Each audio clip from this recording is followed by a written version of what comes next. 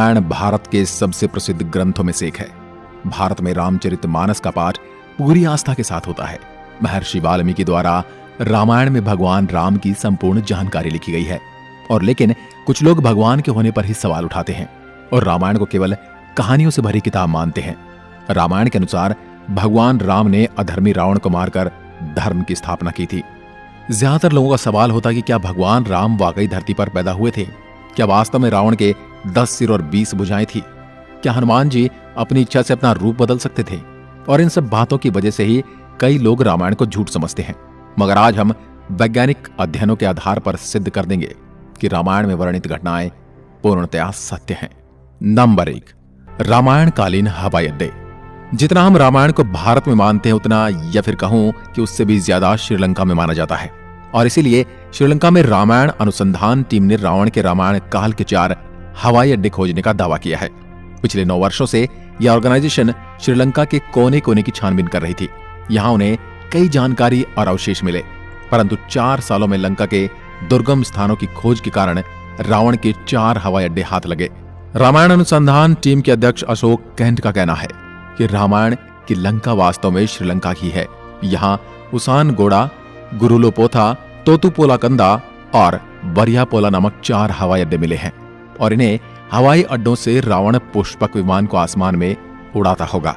और यह हवाई अड्डे न सिर्फ ये बताते हैं कि रामायण सच में हुई थी, पर यह भी बताते हैं कि उसमें लिखी गई सारी बातें जिन पर हमें यकीन नहीं होता वो भी सच हैं। नंबर 2, रावण का महल।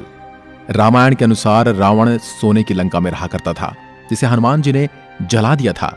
श्रीलंकन गवर्नमेंट को श्रीलंका में एक ऐसा महल मिला है और यह दावा है कि यह महल रामायण काल का है। इस महल से कई सीक्रेट रास्ते निकलते हैं जो उस महल को शहर के अलग अलग जगह से जोड़ता है। लेकिन जब रिसर्च टीम ने इन पर रिसर्च की तो पता चला कि गुफाएं नेचुरल नहीं बल्कि किसी समय ने इंसानों द्वारा बनाया गया था। श्रीलंकन हिस्ट्री के अनुसार रावण शहर के अलग अलग हिस्सों में अचानक से ही प्रकट हो जाया करता था और पलक झपकते ही उन हिस्सों से गायब होकर अपने महल में पहुंच जाता था। इसलिए जानकारों का मानना है कि रावण इन्हीं गुप्त रास्तों का इस्तेमाल किया करता था। अब इतने बड़े एविडेंस को हम कैसे नकार सकते हैं? नंबर 3, अशोक वाटिका के सबूत। रामायण के अनुसार रावण ने माता सीता का हरण करके उन्हें अशोक वाटिका के अंदर रखा था। कहा जाता है कि अशोक वाटिका रावण का सबसे पसंदीदा स्थान था। यह जगह इतनी रहस्यमयी थी कि हनुमान जी इसे आसानी से ढूंढ नहीं पाए थे। मगर हैरानी की बात तो यह है कि वह अशोक वाटिका आज भी श्रीलंका में मौजूद है। ऐसा माना जाता है कि एलिया पर्वत की एक गुफा में माता सीता को रखा गया था जिसे सीता एलिया नाम से जाना जाता है। यहाँ सीता माता का एक मंदिर भी है जिसे विरांग टोक कहते हैं और वहियांगना से 10 किलोमीटर की दूरी पर है। यहीं पर सीता जी का अपहरण कर पुष्पक विमान को उतारा गया था। मगर यहाँ पर जिस बात ने सबसे ज्यादा चौंकाया वो यहाँ मौजूद पेड़ हैं। रामायण ग्रंथ में इस बात का जिक्र मिलता है कि अशोक वाटिका में अशोक के वृक्ष बहुत ज्यादा थे, इसलिए इसका नाम अशोक वाटिका रखा गया था। अब जैसा रामायण में इस वाटिका के बारे में कहा गया था वैसा आज यह गार्डन है जो कि इसे हम रामायण कालीन एक सबूत मान सकते हैं। नंबर 4, द्रोणगिरी पर्वत। दोस्तों, रामायण में लिखा हुआ है कि युद्ध में जब मेघनाद द्वारा लक्ष्मण जी मूर्छित हो गए थे, उनकी जान बचाने के लिए संजीवनी बूटी की जरूरत पड़ी, जिसके लिए जड़ी बूटी लाने का जिम्मा हनुमान जी को दिया गया था। तब हनुमान जी संजीवनी बूटी लाने के लिए द्रोणगिरी पर्वत पर गए थे। हनुमान जी को जब संजीवनी बूटी का पता नहीं चला तो वह द्रोणगिरी पहाड़ के एक टुकड़े को ही उठा कर ले आए। मान्यताओं के अनुसार ये वही पहाड़ है जो आज भी वहां पर मौजूद है।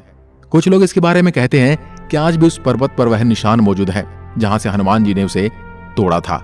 लेकिन जिस पर्वत का जिक्र रामायण में मिलता है वहां आज मौजूद है।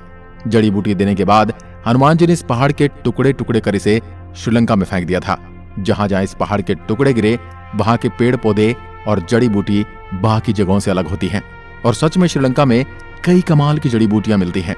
श्रीलंका में हिमालय की जड़ी बूटियों का मिलना इस बात का पर्याप्त सबूत है कि लक्ष्मण जी को संजीवनी देने की घटना पूर्ण रूप से सत्य है, क्योंकि ये जड़ी बूटियों के पौधे उस स्थान पर मिले हैं जहां पर लक्ष्मण जी को संजीवनी दी गई थी, जबकि दूसरे हिस्से में इस प्रकार की कोई जड़ी बूटी नहीं मिलती। नंबर 5, राम सेतु। रामायण सच में हुई थी इसका सबसे बड़ा प्रूफ है राम सेतु। राम सेतु को एडम्स ब्रिज भी कहा जाता है और इसके बारे में पक्का सबूत तब मिल गया जब नासा ने सैटेलाइट तस्वीरें जारी की। पैसिफिक ओशियन की तस्वीर में कुछ ऐसा था। जिसे देखकर वैज्ञानिक भी हैरान रह गए। पैसिफिक ओशियन के हिस्से में साफ तौर से पत्थरों की एक लाइन बनी हुई नजर आ रही थी। जब वैज्ञानिकों ने इसे तस्वीर पर ज्यादा स्टडी की तो पता चला कि ये पत्थरों से बनी लाइन है। भारत के धनुषकोडी से श्रीलंका के मन्नार द्वीप तक बनी हुई है, जो लंबाई में करीब 30 किलोमीटर तक हो सकती है। पैसिफिक ओशियन में जिस हिस्से में नासा के वैज्ञानिकों के पत्थर से बना पुल नजर आया था, ये वही जगह है जिसका जिक्र रामायण में मिलता है। और अमेरिका के एक आर्कियोलॉजिकल रिसर्च टीम ने भी अपने रिसर्च में इस बात का दावा किया था कि तमिलनाडु और श्रीलंका के बीच मौजूद राम सेतु वो असल में एक मैन मेड ब्रिज है, जो कई हजार साल पहले इंसानों ने बनाया था। माना जाता है 15वीं शताब्दी तक यह पैदल पार करने लायक था, लेकिन इतना ज्यादा समय बीत जाने के कारण यह पुल अपने पूर्ण स्वरूप में नहीं रहा। वैज्ञानिक दृष्टिकोण से इस फैक्ट को हम रामायण के एविडेंस के रूप में देख सकते हैं। नंबर 6, सुग्रीव की गुफा। बाली के डर से सुग्रीव जिस गुफा में रुके थे वह गुफा आज भी मौजूद है। रामायण के अनुसार बाली ने दुंदुभी नामक राक्षस को मारकर उसका शरीर कुछ दूर फेंक दिया था। हवा में उड़ते हुए दुंदुभी के खून की कुछ बूंदें मातंग ऋषि के आश्रम के ऊपर गिर गई। ऋषि ने अपने तप के बल से जान लिया कि किसकी हरकत है। फिर क्रोधित ऋषि ने बाली को श्राप दिया था कि कभी भी ऋषि के पर्वत के क्षेत्र में आएगा तो उसकी मृत्यु हो जाएगी। सुग्रीव को राज्य से निकाले जाने पर वह इसी जगह पर आए थे, क्योंकि वह जानते थे कि बाली यहां नहीं आ सकता। यहीं पर उनकी मुलाकात राम जी से भी हुई थी और बाद में राम जी ने बाली का वध किया था और सुग्रीव को किष्किंधा का राज्य सौंप दिया था। और ये सारी गुफाएं आज भी मौजूद हैं। नंबर 7, राम सेतु के पत्थर। भगवान राम ने समुद्र को पार करने के लिए बंदरों की सहायता से लंका तक पुल बना दिया था। कहा जाता है कि इस पुल के माध्यम से श्री राम की पूरी वानर सेना रावण से लड़ने लंका गई थी। मगर हैरानी की बात तो यह है कि राम सेतु में इस्तेमाल किए जाने वाले पत्थर आज भी मौजूद हैं। राम सेतु पुल के पत्थर पानी पर तैरते थे। रामेश्वरम में सुनामी के दौरान कुछ पत्थर जमीन पर आ गए थे। शोधकर्ताओं ने जब उन्हें दोबारा पानी में फेंका तो वह तैर रहे थे, जबकि दूसरे पत्थर पानी में डूब जाते थे। शोधकर्ताओं के अनुसार इसके लिए एक विशेष प्रकार के पत्थर का इस्तेमाल किया गया था, जिसे विज्ञान की भाषा में प्यूमाइस स्टोन कहते हैं। यह पत्थर पानी में नहीं डूबता और तैरने वाला यह पत्थर ज्वालामुखी के लावा से आकार लेते हुए अपने आप बनता है। ज्वालामुखी से बाहर आता हुआ लावा जब वातावरण से मिलता है तो उसके साथ ठंडी या उससे कम तापमान की हवा मिल जाती है।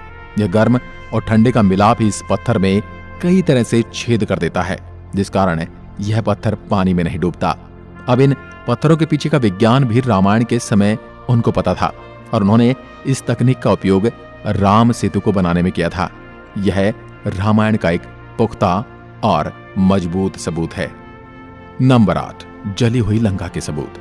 रामायण ग्रंथ के अनुसार हनुमान जी ने लंका के सोने की नगरी को जला दिया था, मगर अभी कुछ एविडेंस मिले हैं जिन्हें लेकर कहा जा रहा है कि लंका के जलने के सबूत आज भी वहां पर मौजूद हैं।